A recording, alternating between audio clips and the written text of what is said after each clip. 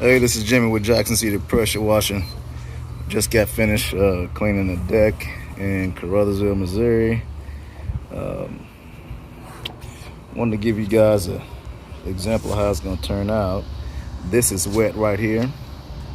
When it dries, it's going to be more of a natural wood tone. There we go. Right there in focus now.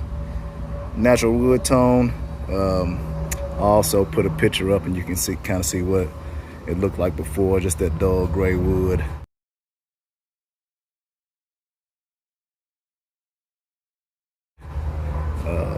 Some had a lot of mold on it. Got it all out, got it brightened up, man, and it's looking really nice. So we clean it. We put detergent down, clean it, and then we come back and put a brightener on the wood, and then it brightens it up to this nice tone that you see now. Natural tone. Looks like you just bought it.